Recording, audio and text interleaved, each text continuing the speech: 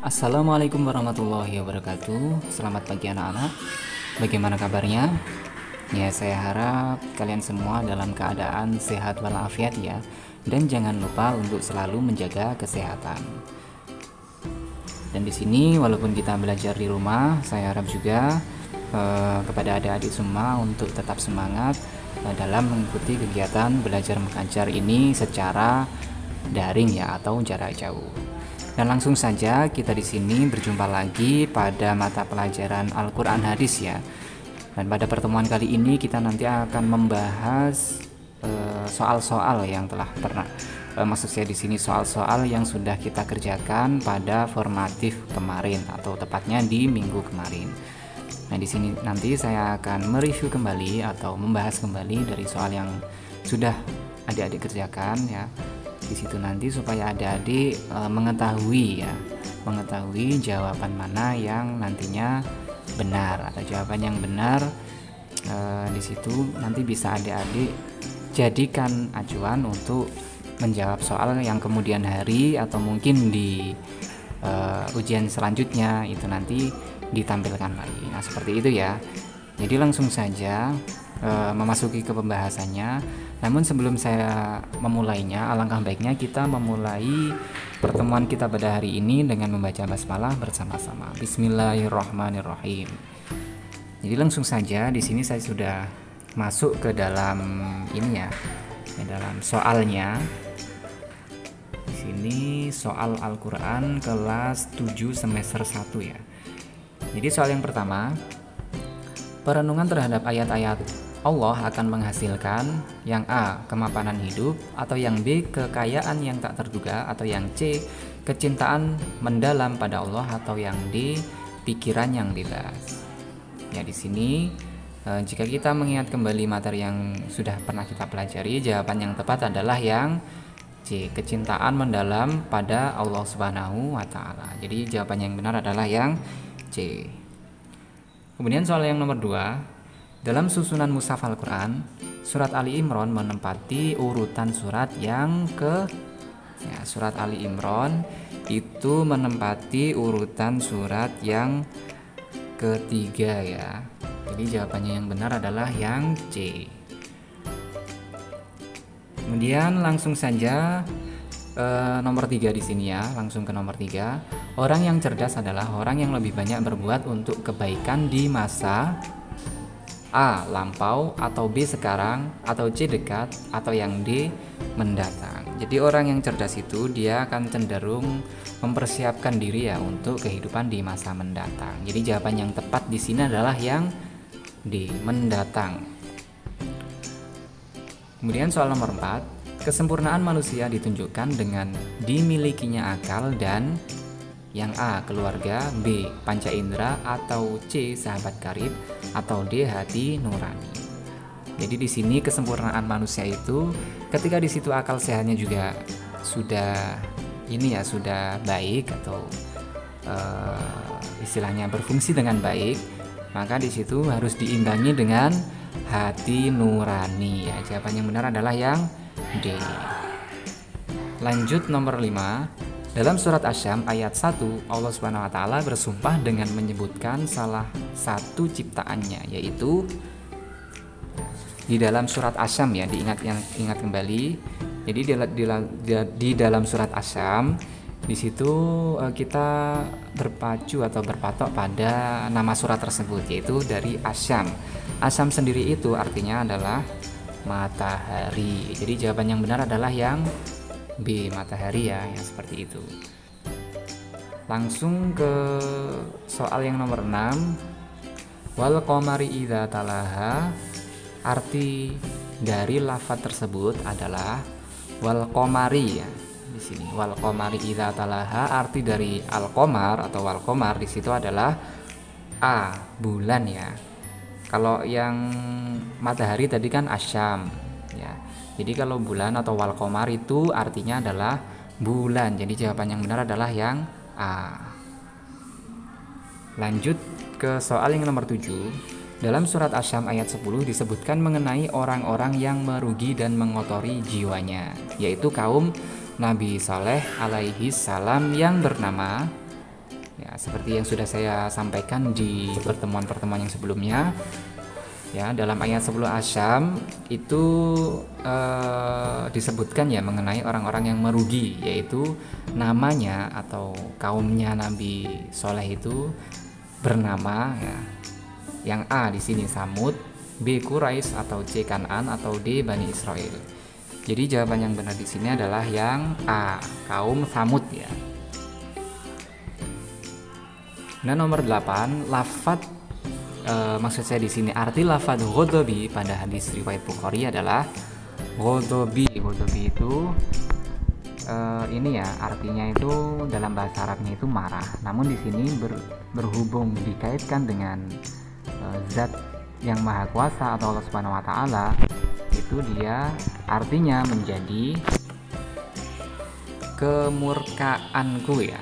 Jadi marahnya Allah itu sama dengan kemurkaan Allah Subhanahu wa taala. Jadi jawaban yang benar adalah yang B, kemurkaanku. Kemudian soal nomor 9, Allah adalah Maha Al-Qadir, artinya ya, Al-Qadir itu artinya apa? Ini termasuk ini ya, terdapat di dalam bahasa Arab juga ya Al-Qadir ini ya. Ini istilah bahasa Arab yang artinya adalah Maha Kuasa. Nah, seperti itu ya. Kemudian lanjut ke soal yang nomor 10. Salah satu fenomena alam dan bukti kekuasaan Allah Subhanahu wa taala dalam surat Asyam adalah ya, surat Asyam itu membahas ya, bersumpah bahwasanya di situ demi bulan demi matahari ya di situ ya, wasyamsi waduhaha ya, demi siang dan demi matahari dan demi waduhaha di situ kan pagi ya, di pagi hari ya, seperti itu ya, atau siang hari di sini. Ya, untuk penjelasan dari surat Asyam tersebut jika dikaitkan dengan soal yang sudah saya sebutkan tadi, jadi salah satu fenomena alam dan bukti kekuasaan Allah dalam surat Asyam di situ adalah yang C ya, terjadinya siang dan malam ya. Seperti itu. Jadi di sini jawaban yang benar adalah yang C. Kemudian nomor 11, tidak ada yang bisa membatasi kekuasaan Allah Subhanahu wa taala karena kekuasaan Allah itu bersifat ya, kekuasaan Allah jika kita ketahui berarti kekuasaan Allah itu bersifat apa kira-kira? Ya, jawaban yang benar di sini adalah yang C ya, mutlak ya. Sudah jelas bahwasanya kekuasaan Allah itu tidak ada batasnya. Kalau yang ada batasnya itu berarti itu masih kekuasaannya manusia atau kekuasaannya makhluk ya. Ya, seperti itu. Lanjut ke soal yang nomor 12. Penguasa yang beriman tidak akan sombong karena yakin bahwa kekuasaan manusia ya, jadi kebalikannya ya. Jadi tadi kekuasaan dari Allah Subhanahu wa taala itu mutlak. Terus kebalikannya dari mutlak di situ kekuasaannya manusia berarti bersifat sementara ya. Jadi jawaban yang benar adalah yang D. Lanjut ke soal yang nomor 13. Wasyamsi waduhaha. Fenomena alam yang terkandung dalam ayat yang sudah saya sebutkan tadi adalah wasyamsi waduhaha dan demi matahari dan ya, nah seperti itu ya. Berarti arti dari atau kandungan dari ayat yang sudah saya sebutkan tadi ya, itu adalah yang A ya, terjadinya pagi ya. Karena di situ wasyamsi matahari, waduha itu pagi. Jadi di sini fenomena yang terdapat dalam ayat tersebut atau potongan ayat tersebut itu adalah yang A, terjadinya pagi hari. Kemudian lanjut ke soal yang nomor 14. Maka Allah Subhanahu wa taala mengilhamkan kepada jiwa itu atau jalan kefasikan dan ketakwaan. Quran surat Asyam ayat 8. Jika manusia memilih kefasikan berarti itu adalah ya, berarti itu adalah pilihan manusia sendiri ya. Di sini ya, jawabannya yang B. Karena di sini Allah juga sudah menentukan ya, sudah mengasih pilihan, sudah memberikan pilihan kepada ini ya, kepada manusia itu sendiri, bahwasanya Allah itu memberikan dua opsi yaitu ketakwaan dan kefasikan. Jika manusia di situ masih melakukan hal kefasikan berarti manusia sendirilah yang memilih jalan itu. Jadi seperti itu ya.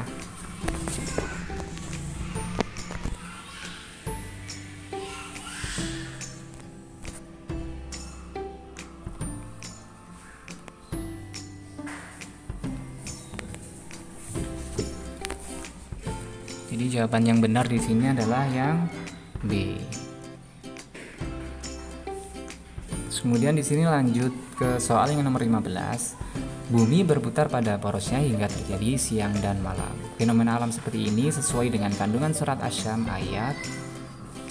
Di sini berarti kita harus, untuk menjawab soal yang seperti ini berarti kita harus hafal ya surat Asy-Syams arti beserta kandungannya.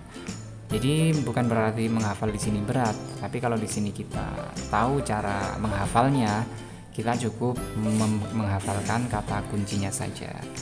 Ya di situ ya. Jadi di sini untuk pembahasan bumi berputar pada porosnya hingga terjadi siang dan malam, yaitu terdapat dalam surat Asy-Syams atau kandungan surat Asy-Syams ayat yang ketiga dan keempat. Ya seperti itu ya.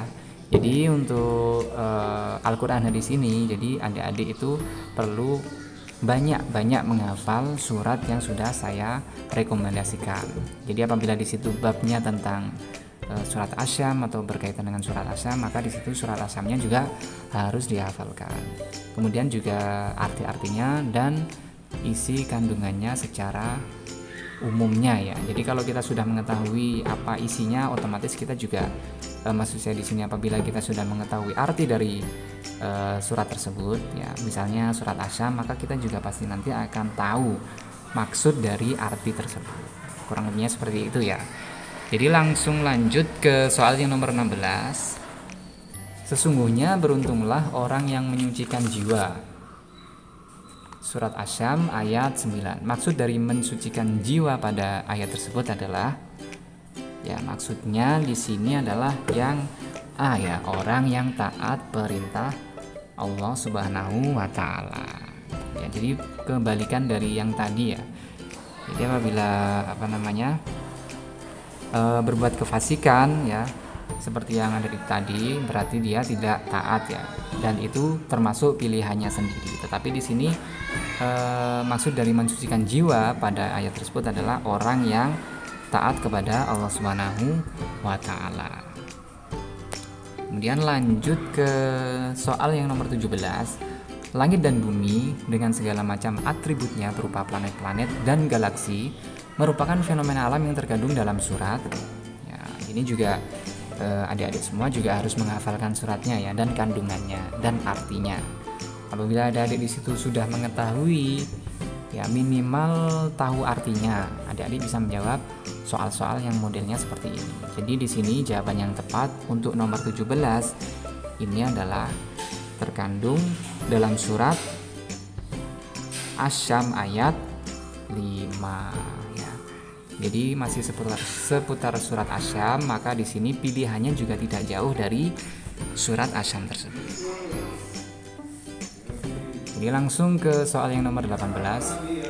Dan sesungguhnya merugilah orang yang mengotorinya. Quran surat Asy-Syams ayat 10. Maksud orang yang merugi dalam ayat tersebut, ya ini kebalikan ya. Jadi masih pembahasan seputar surat Asy-Syams ya, terkait dengan orang yang beruntung dan orang yang merugi di sini ya. Nah, di sini jawaban yang tepat untuk nomor 18 ini adalah yang B ya, orang yang menempuh jalan kefasikan.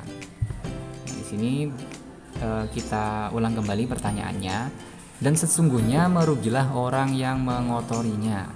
Maksud dari orang yang merugi di situ adalah orang yang menempuh jalan kefasikan. Jadi kalau ketakwaan tadi kan orang yang mensucikan jiwa ya. Orang yang mensucikan jiwa maka dia akan mendapatkan ketakwaan ya. Dan di situ nanti akan mendapatkan ridho dari Allah Subhanahu wa taala. Jadi untuk jawaban yang nomor 18 ini, jawaban yang tepat adalah yang B, yaitu orang yang menempuh jalan kefasikan. Lanjut ke soal yang nomor 19. Allah mengaruniakan rahmat kepada hambanya yang dikehendaki. Jadi rahmat yang dimaksud dalam pernyataan di atas ya, rahmat artinya ya, rahmat itu artinya adalah kasih sayang ya, seperti itu ya. Jadi jawaban yang benar adalah yang A. Kemudian lanjut ke soal yang nomor 20. Berputus asa dari rahmat Allah Subhanahu wa taala adalah sifat.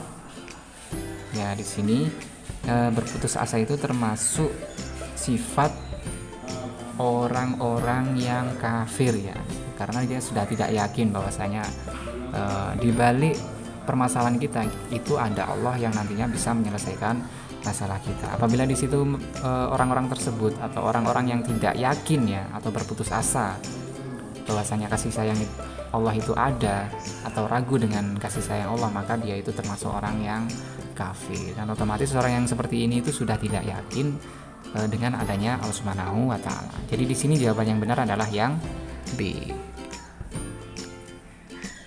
Kemudian lanjut ke soal yang nomor 21.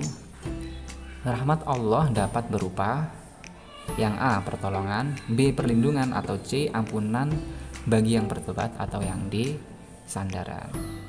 Jadi rahmat Allah di sini ya sesuai dengan materi yang kita bahas. Ya memang di sini jawaban A, B, C dan D di sini benar semua. Hanya saja jika kita kaitkan dengan materi yang kita bahas pada pertemuan yang sudah pernah kita pelajari, rahmat Allah itu dapat berupa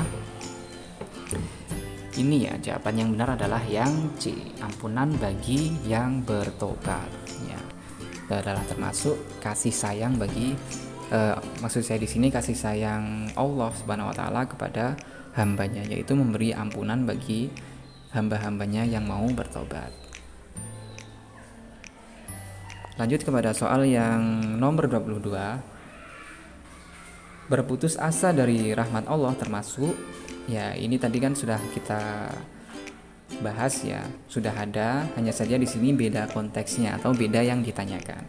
Termasuk A perbuatan keji, atau B akhlakul karimah, atau C salah satu dosa yang besar, atau D perbuatan syirik.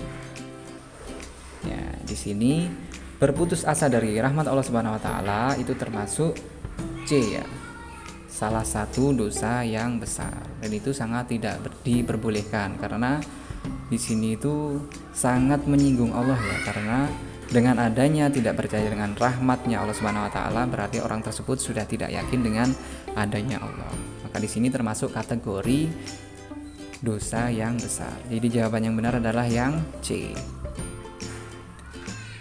Lanjut ke soal yang nomor 23. Berdasarkan hadis riwayat Ibnu Abbas radhiyallahu an, yang bukan termasuk dosa besar adalah ya, tadi yang dosa besar itu kan termasuk adalah ini ya, tidak yakin dengan adanya rahmat Allah. Dan di sini yang ditanyakan adalah yang sebaliknya, yang tidak termasuk dosa besar. Yang A syirik kepada Allah, atau B putus asa dari rahmat Allah, atau C merasa aman dari azab Allah, atau D bersikap sombong. Ya, di sini memang namanya dosa ya. Namanya dosa itu ya memang harus dihindari. Dan di sini ditanyakan itu yang tidak termasuk dosa besar ya. Tadi kan putus asa dari rahmat Allah termasuk dosa besar, syirik juga termasuk dosa besar, merasa aman dari azab Allah juga dosa besar. Jadi di sini yang termasuk dosa yang kadarnya lebih ringan dibandingkan ketiga kategori dosa yang sudah saya sebutkan tadi, ini adalah yang D ya, bersikap sombong.